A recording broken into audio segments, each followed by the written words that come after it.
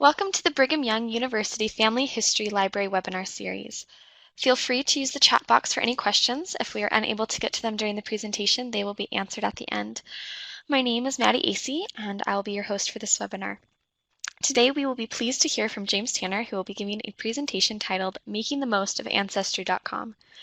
James Tanner has a bachelor's degree in Spanish and a master's degree in linguistics from the University of Utah. He received a Juris Doctor degree in law at Arizona State University. He served for 2 years as an intelligence analyst for the U.S. Army and 39 years as an Arizona trial attorney. He has previously owned a retail computer business and an Apple Macintosh software company. James has over 32 years' experience in genealogical research and is an avid blogger of Genealogy's Star blog and Rejoice and Be Exceeding Glad. He served for 10 years as a missionary at the Mesa, Arizona Family Search Library and is currently serving at the BYU Family History Library. He has presented at expos and conferences around the U.S. and Canada. James has 7 children and 33 grandchildren. Howdy, this is James Tanner. We're here for another Brigham Young University Family History Library webinar. Just a reminder that these webinars are recorded and posted to the BYU Family History Library YouTube channel. And if you go to the YouTube channel, we invite you to subscribe to our channel, and we will be posting additional videos, and you will get a notification from Google.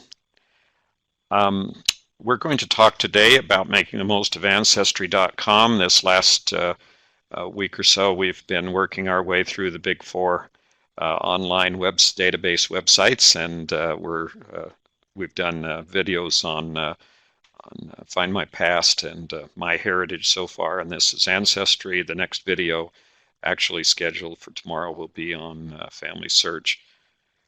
These are basically introductions to the programs. So we start out with a question about what is Ancestry.com. Ancestry is one of the oldest, if not the oldest, of the online database programs for genealogy. It developed through a whole series of different programs. It's got quite a long development history that involves different types of database programs. Some of you might remember going back as far as a program called Infobase, which was one of the predecessors of Ancestry.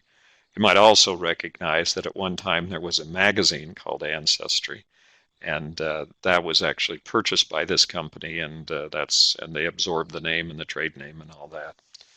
So this is the kind of if there were such a thing, and it would be appropriate, this is the granddaddy of the online genealogy programs out there. What we have here is a huge database involving a lot of different products. In addition, Ancestry has a lot of affiliate websites. They've purchased over the years a long list. We'll go through that list and give you an idea of all of the different websites that are associated either directly or controlled by Ancestry. Okay, but mainly what we need to know about the program from a genealogical database standpoint is that there's more than 70 million user-created family trees with about 8 billion profiles. That means that these 70 million user-created family trees have 8 billion different people in them. Now, of course, there's a lot of duplicates in there because we're all kind of related to each other if we go back to Adam, as they say. But in reality, this is a huge database of potential relationships that you can have with other people. In addition to that, they have 300 million photographs, scanned documents, and written stories that have been contributed. Just recently, I was working on for a friend, I was working on a family line out of Mississippi, out of Itawamba County. I don't know how they say it in Mississippi, so it's probably massacred the name, but the key to finding the line back for this individual that they'd been stuck on for some time was a photograph that had been uploaded to Ancestry.com of a Bible record. So it was actually a document, I guess, if you want to classify it as such. But some user had put up a copy of the Bible record, which was the key to finding the next line of ancestors for this individual. So these things are very, very valuable for research purposes. They have over 3 billion records in over 32,000 separate collections. And we'll talk a little bit more about that. One of the questions that comes up continually is whether or not these websites all have the same records. Amazingly, I get that comment from people. They'll say, "Well, I look on Family Search, I look on Ancestry. Don't they all have the same records?" And my answer is, well, on a very superficial level, they do have some of the same records. They do all have a copy of the U.S. Census records, for example. But life in the genealogical fast lane goes far beyond census records. And each of these websites, and particularly Ancestry, have a lot of very unique records not available on any of the other websites. And yes, if you're a dedicated genealogist, you're probably going to have to bite the bullet and subscribe to all four and be involved with them. It amazes me sometimes that I talk to people who have been working on genealogy for a long time, or at least they say they have, and when I say, well, I mention Ancestry, and they say, oh, well, I've just never gotten around to looking at Ancestry. And I go, well, what have you been doing with your research for the past few years? Basically, I'm sure you've missed a lot of stuff. So there's really a reason to get involved with all of these.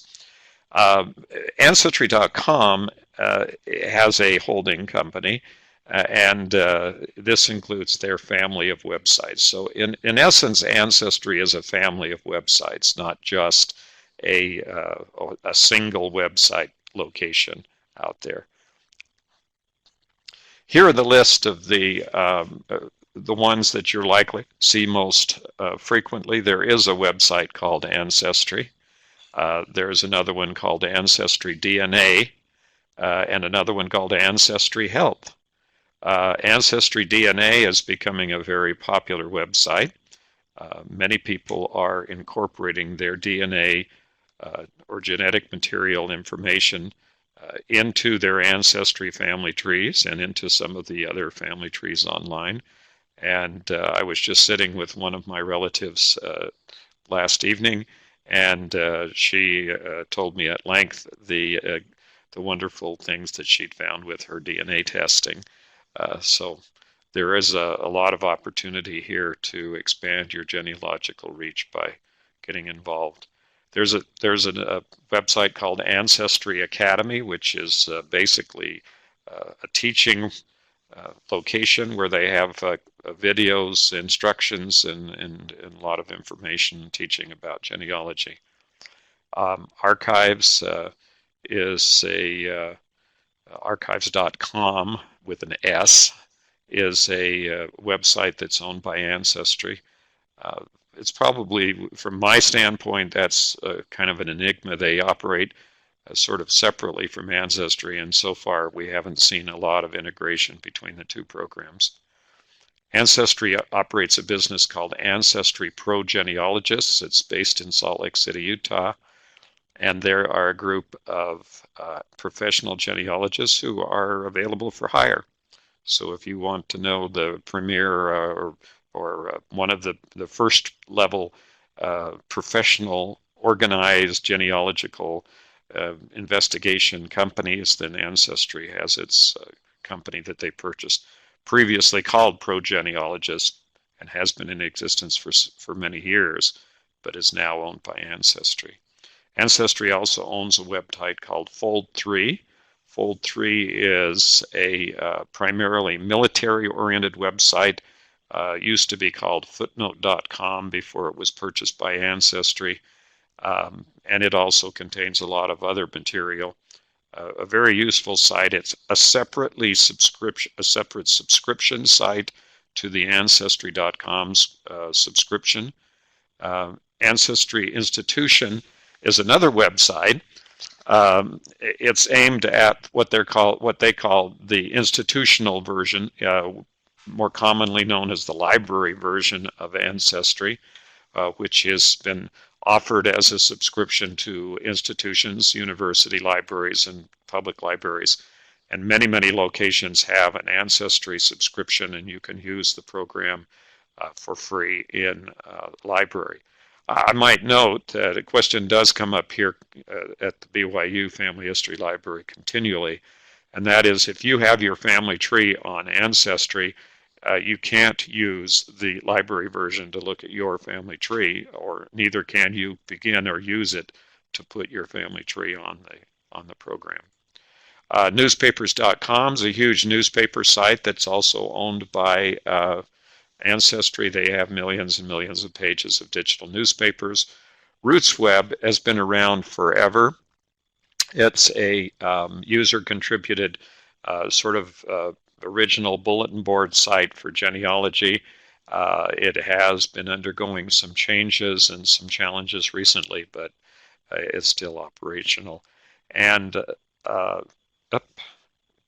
that's a major mistake. It's findagrave.com, not Find My Past. They do not own Find My Past, so we will have to edit that wonderful slide there. Little breach of memory there in my mind. That is absolutely, I don't know why I missed that. That's really strange. Okay, here we go. No, they do not own Find My Past. Find My Past is a completely different company. One of the things that, of course, people use Ancestry for is doing a direct search. A direct search is something that we really need to be involved in occasionally. Sometimes we just want to know if Ancestry has a record that we're interested in. Now there are some obvious limitations on direct searches. One of the most common problems, of course, is that the name you're searching for is very common, and the details you know about the person are not very great, and so your chances of hitting on the right person, even with the assistance of the Ancestry search engine, is pretty remote.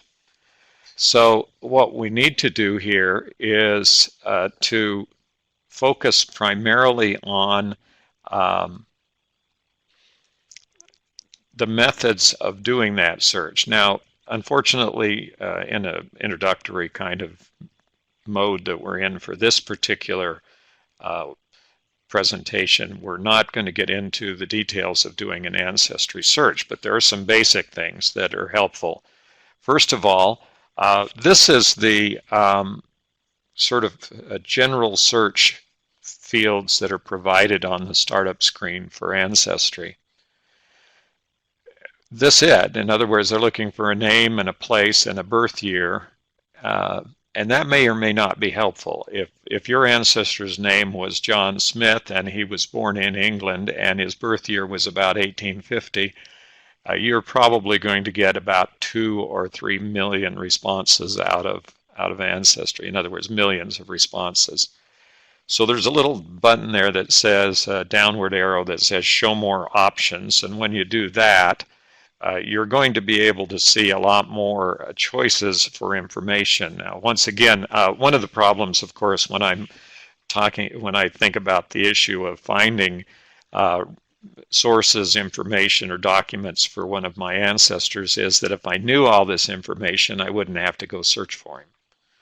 So it's sort of a problem here of what comes first. Do you really have to know a lot in order to find the individual, or do you can you find the individual without knowing everything there is to know about them? In other words, if I know their marriage, death, lived in, events, and father, mother, sibling, spouse, and child, why am I searching for this person online? On the other hand, you may know only 1 or 2 of those items and not the others.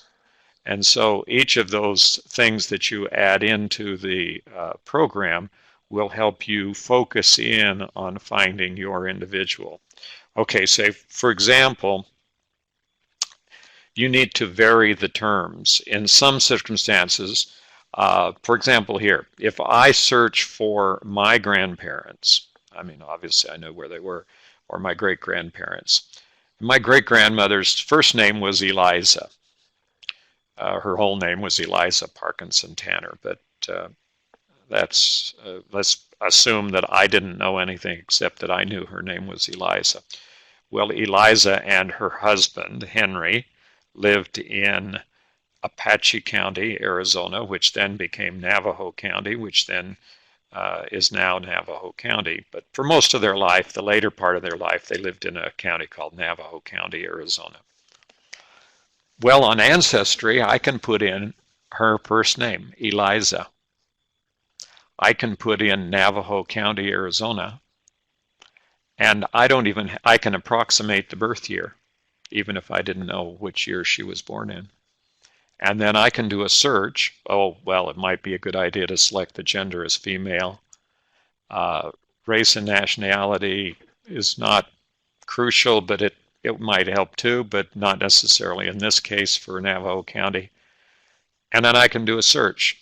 And although I can't show that in a PowerPoint slide like this, when I do that search, I can actually find her because there are only 4 or 5 Elizas that ever lived in Navajo County. It's an interesting phenomena, but that's what happens. And she shows up usually on the first page of the search. So even using a minimal amount of information, it's sometimes possible to locate people within the records. And it's more helpful if you can add in a few more qualifiers. One of the most common ways of doing that is to put in the name of a child or the name of a spouse or the name of a parent. And by doing that, you can very, very quickly focus in on the right person in all of this vast database. Okay, so here's my search. And so I'm going to put in the name of another person just for another example here. And in this case, I'm putting in Hepzibah. Some of you who have a more extensive background in the Bible realize that this is a biblical name, and probably not too popular today, but it was at one time used I have no idea what they really called these people. None of the shortened versions come up to me as being very acceptable, so I think they probably changed their names, said, well, call me Jane, or something. I've heard of worse, but anyway, I could put that in. I could also put in her last name, Newton, and I could put in a place. So I could put in a specific place that I knew that they came from, like Ramsey, Huntingdonshire, England, and then do a search. And when I do that search, a couple of things that I need to check on. First of all, I will get a list of all the Newtons in Huntingdonshire, which may be very, very helpful, at least the Newtons that are in the records on Ancestry. So that may be very helpful. I also get a search filter. There's a search filter available when I do the search that lets me vary from broad to exact. So if I want to find only people with the name spelled N-E-W-T-O-N, then I can move the little black square over to exact, and the program will look only for people with that spelling. If I use a broad strokes, it will search for Newton, anything that's out there that approximates Newton. As the same with the place, if I move the black square over to exact, then it will look in Ramsey and no place else, and it may come back with nothing. In other words, it will tell you rather quickly if Ancestry does not have any records in that particular location. So if you put the location as exact, it will come up with a different, some other way of looking at it. Okay, so now if we can also check on the collection focus. There was a link back there that I didn't mention, but it says all collections, and that downward arrow gives you this list of all of the different places where you can focus your search. I would suggest you may want to notice this and check it, because if you're looking for your ancestor in the United States and this happens to be clicked on for Mexico or Italy or Ireland someplace, you may not ever find your ancestor. So this is an important thing to notice when you're doing searches on Ancestry. Okay, so where are all the records? Um, Obviously, I mentioned already that there were billions of records on this website, and where are they all stored? Well, now that I have come up with a name here, and in this case I found someone named, one of my ancestors named Diodamia Hopkins. Yeah, all my ancestors had weird names. No, they didn't, but there are some unusual names out there, and the question here when it comes up is, where's the additional records? Well, once you do a search and you have found one record for your ancestor, then you need to review a found record, at least one. There has to be one record that you find, because at this point, Ancestry then finds additional related records. So over there on the right-hand side of the screen, there's a list of other records with a show more. And my experience is that this particular suggested records are much more focused than the long list that you get out of the initial search. So this is really the way to find all the records about your ancestors. At least find one record, and then Ancestry will give you a whole bunch more. Usually, if they don't have it, they don't have it, but usually they will add in additional records. So here's a list of the suggested records for Diodamia. You can notice they had trouble with it too, because they've spelled it all different ways, and also have her husband's name in there. So this is worth looking at, all of these additional records. Now, none of these websites, and Ancestry is certainly not excluded from the issue, are infallible. They will not always 100% of the time bring back the correct information, but I can indicate that they're very, very good in finding the records that they do have, if you can adequately communicate what you're looking for. So they do come back with a very, very high degree of accuracy, at least on those. Now, the heart of the website, isn't that cute? No, I mean, anyway. When you're walking along the beach, you see all this sort of stuff all the time anyway. The heart of the website, where do we get to the basis of all of the information that's here on the Ancestry.com website? That's in the card catalog. Oh, you didn't know they had a card catalog. Well, yeah, they do. And it's the same as a type card catalog that you would find in a library, only this one lists all of the collections, all of the 32,000 plus collections that are on the Ancestry.com website. In this case, the card catalog is located under the Search tab. So you click on the Search tab, then there's a pull-down menu that shows up, or drop-down menu, I guess would be the most technical term for it.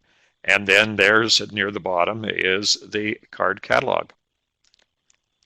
And when you go to the card catalog, here you are with your list. At the time that I did this screenshot, there were 32,679 collections in the Ancestry card catalog. And so you can then start searching. Now, something that's important to understand is the more specific that you make your search in a specific collection, the more likely you have it's more likely that you will find what you're looking for The reason why is the same thing that I've been mentioning, and that is the number of duplicate names that could be possible for anyone. So if you're looking for your great-grandfather Samuel Smith, you have a real problem because there's always a lot of people with that name in any English-speaking country. But if you're looking in one collection, then even if that is a common name, the number of people is going to go down dramatically. So it's important to understand what's here and use the tools given by Ancestry to focus in on a smaller set of selections in the card catalog. Over on the left-hand side of the screen, there are a series of filters. Now, a filter in the computer world is a program that identifies what you do not want to see and excludes it from the list. So if I say I want to see only census records, then everything else disappears except census records. If I want to see only military records, then everything disappears except military records. So filters can also be put on top of each other, so you can do multiple filters. And this is what are available here with the card catalog. Card catalog then becomes a very powerful tool for determining whether or not the program has, whether Ancestry.com even has any information that you're interested in. Okay, so here's an example. Some time ago at the Mesa Family Search Library in Mesa, Arizona, which is now sort of in a state of flux, a patron came in and said, I'm looking for my grandparents, actually his great-grandparents, who were born in Apache County, Arizona who got married in Apache County, Arizona in 1930. Okay, well, the sort of the tragedy of those kinds of questions in my life was that they're usually people I knew. But, and this person was talking about their great-grandparents. Oh, well, okay, I guess I'm getting old. But in this particular case, they said, well, I've searched, but I can't find them. And I said, well, let's look. And I said, where have you searched? They said, well, I searched in Ancestry. And I said, okay, well, let's go look. First of all, before we start looking, searching for the names of your ancestors, let's see what Ancestry has for marriage records in Apache County, Arizona. So so first time I did if I do a filter, I come up with a number that drops the total number of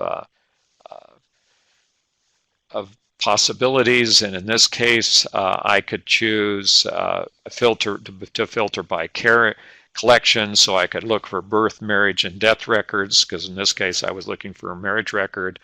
I could also search by location. I could go to the United States and filter out all of the other countries. Within the United States, I could filter it by state. And in this particular one, I could also filter it by county.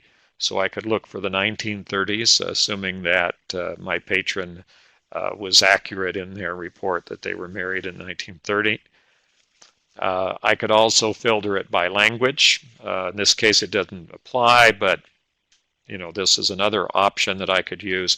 All of these will help to reduce the number of catalog items, of databases that may or may not have the information that you're looking for. In other words, you're saying, well, obviously, database for Germany would not have records about my Arizona family. So that's the problem. Well, what happened then in this filtering process, we wanted to examine to see if there was a collection at all. And so here's what happened. First of all, I filtered it for North America. I could have filtered it for USA, I suppose, but I'm showing all the steps. And then by USA, and then by Arizona. And the next step was to filter it by county, and Apache County did not appear on the list. Ancestry has no records, direct records from Apache County, Arizona. So it was kind of, well, we're not going to find it here in Ancestry, and by looking in other database, I was able to find the records rather readily. But I had to locate the place, the website that had the records before I spent a great deal of time looking around. Anyway, so the question is there someplace else on Ancestry if I'm suddenly discover that they don't have records for Apache County? Well, yes. It's going to take a little bit more imagination. It may take a little more searching. There happens to be what's called the Western States Marriage Index that goes through that where Brigham Young University in Idaho has absorbed in a huge database of all the marriages in the Western states that include Arizona. Very, very possible that that marriage would show up in that database, and that's here on Ancestry.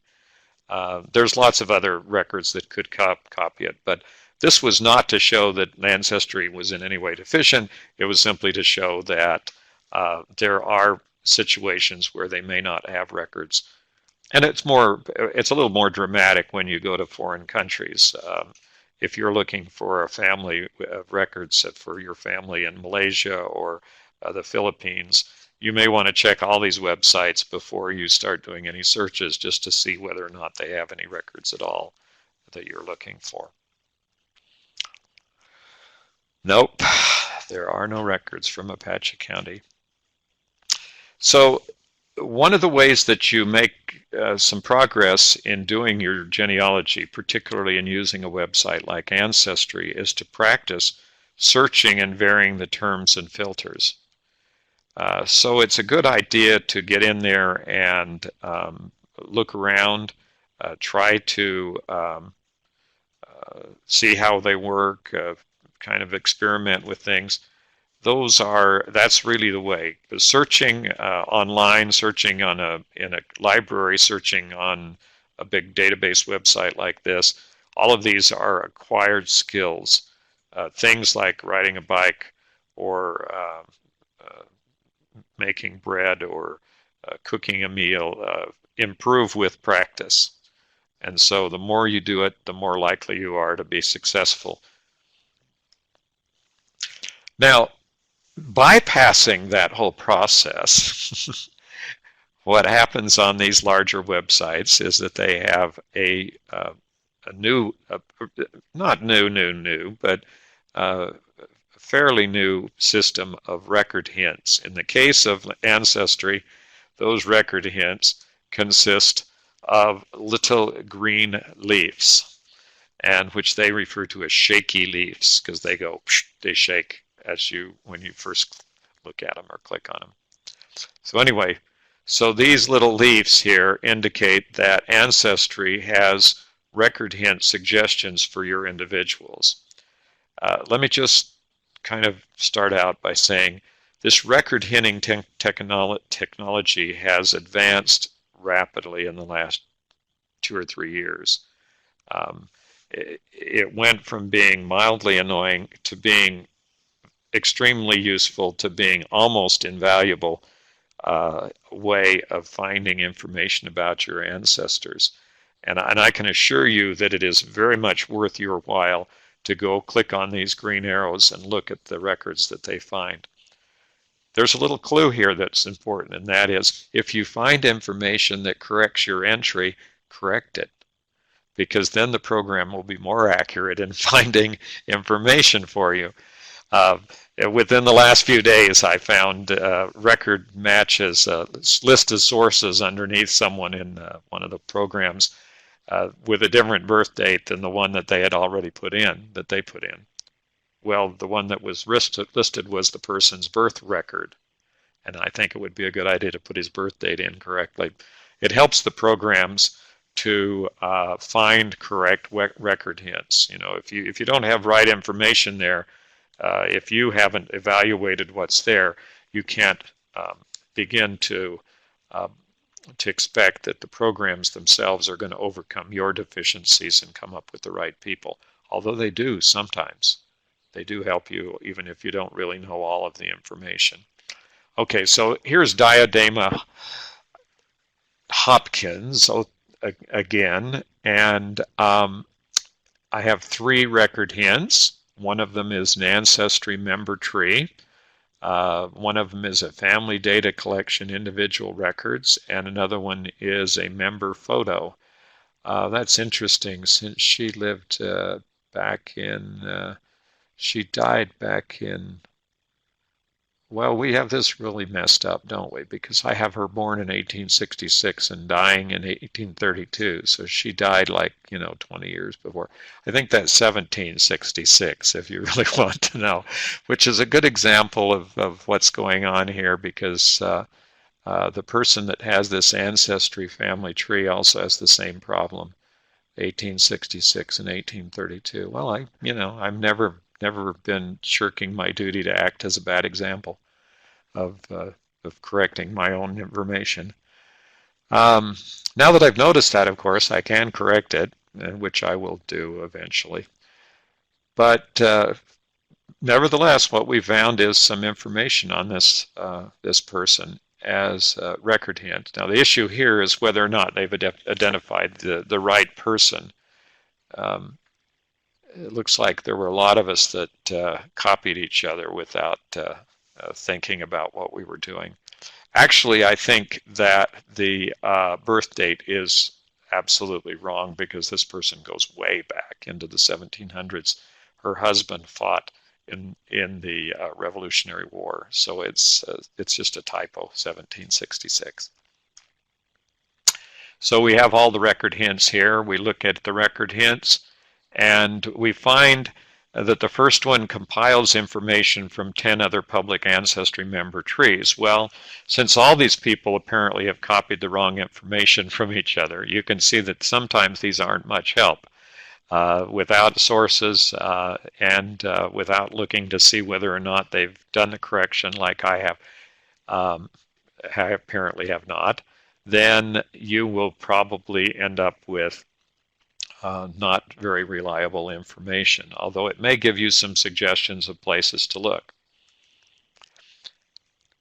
Okay, so you be sure to check the accuracy not only of the information in the record, but also to check the accuracy of your own information, of what you have there, and proofread what you have.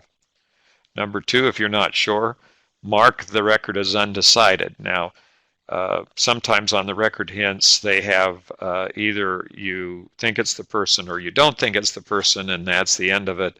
On Ancestry, you can say, I don't know, and then it'll put it into a category of undecided record hints, which you can then review later if you happen to want to go back and check to see if you really know who that person is.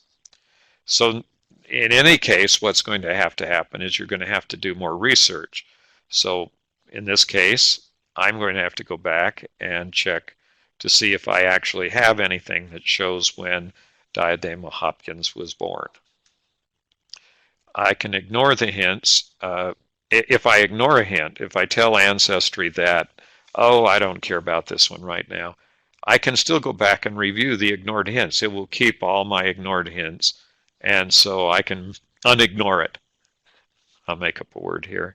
I can take it out of the ignore category and attach it if I later find out that, oh, well, that was really the correct information. And when you accept a hint, then it gives you the option of adding the individual to your family tree. So now we have our Ancestry family tree. This is a user-supplied family tree, your individual family tree. You control the content. No one else can get in there unless you invite them in to help you. They aren't going to be changing anything. This is a place where you can store your information on your family tree.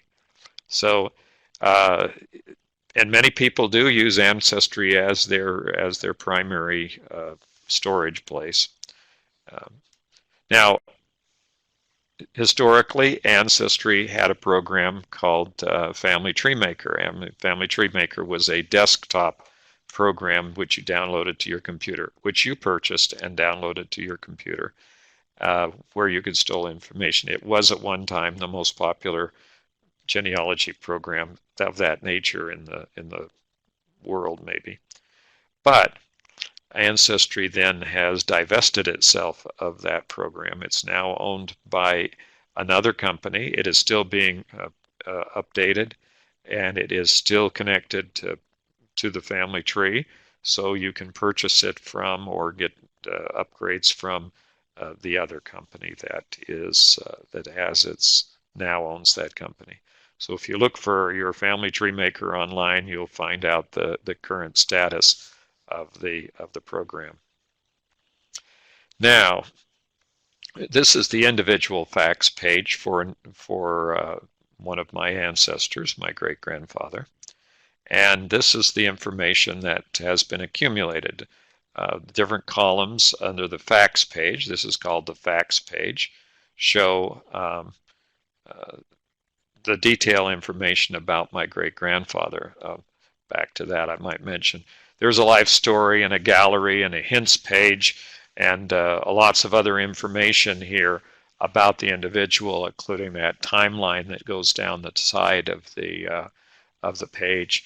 All of this gives you a lot of information, and I suggest you may want to explore that.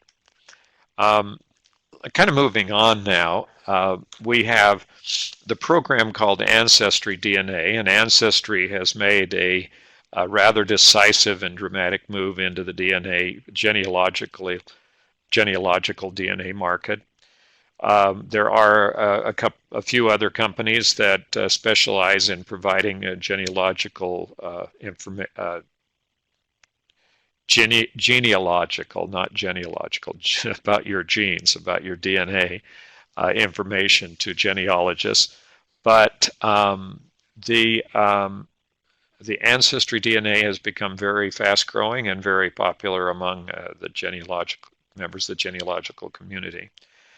This is a program where you can basically purchase a kit. They'll send you the kit. You do follow the instructions for sending them a DNA sample, which usually I think is inside your mouth swab on your cheek, inside your cheek swab. And you send that back to them. They use that information to analyze your DNA structure, and then they send you a report which generally identifies where your ancestry may have come from. The chief use of this program now by genealogists is to post that information online and allow people to connect who also have your same DNA. So in the example of my relative who was sitting there explaining all this to me last night, she had found a cousin that she was not acquainted with. And in this case, the cousin was, and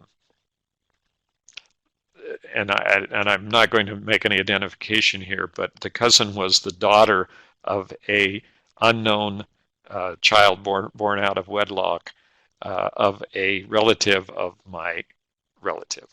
Okay, how's that being vague?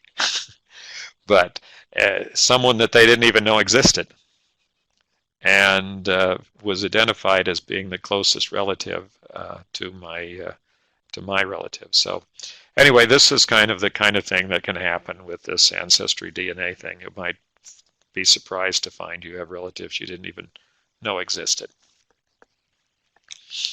Okay, so the website is dna.ancestry.com. It's also you can also get there through your Ancestry.com website. At this time, that we did this webinar, the price was $99. There's been specials run. The price can change at any time, obviously. Another thing that's important is to mention that Ancestry has apps. Apps, of course, is a newer jargon term for programs. Computer programs, that whole concept of a program is in transition, but an ancestry has little connections to your family tree from Android devices and from iOS devices. And as far as, if just kind of an editorial comment, which I don't usually get too involved with, it's very helpful to have your entire family tree right there in your hand, just in case you run into a relative and you can't figure out how you're related, or if you need to do some quick research, or for whatever reason. But having these instant connections. Now, the interesting thing that I've seen in this is that this screenshot comes from the FamilySearch.org app gallery on FamilySearch.org, and these two apps are listed. And the users have an option of putting in their stars. Obviously, they can rate the apps. These two apps are identical, and yet they are rated differently. Figure that out. I don't know. Maybe Apple users are more discriminatory than Android users. No. Maybe it's the other way around. Maybe the Android users know how to use the program and the Apple people don't. We don't know what the difference is here. But that's always strange. Ancestry also has a part of the program called a shoebox, and a shoebox is kind of like what it sounds like. It's a place where you can stuff the extra stuff you don't know what to do with.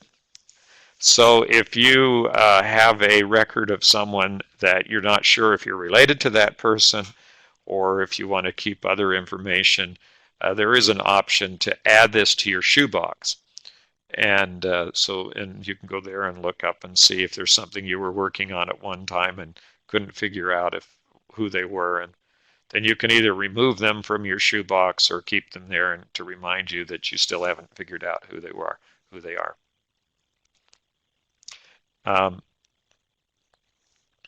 You can also download and print off this list, and as kind of a research list also, if you wish to do that. Okay, well, that brings us to the end of our presentation today. Thanks for watching. Remind you that this series is sponsored by the Brigham Young University Family History Library on the campus of Brigham Young University in Provo, Utah. These recorded presentations are put on the BYU Family History Library YouTube page or YouTube channel, and you can subscribe to the channel and any new videos, and you'll be notified about any new videos. So thanks for watching.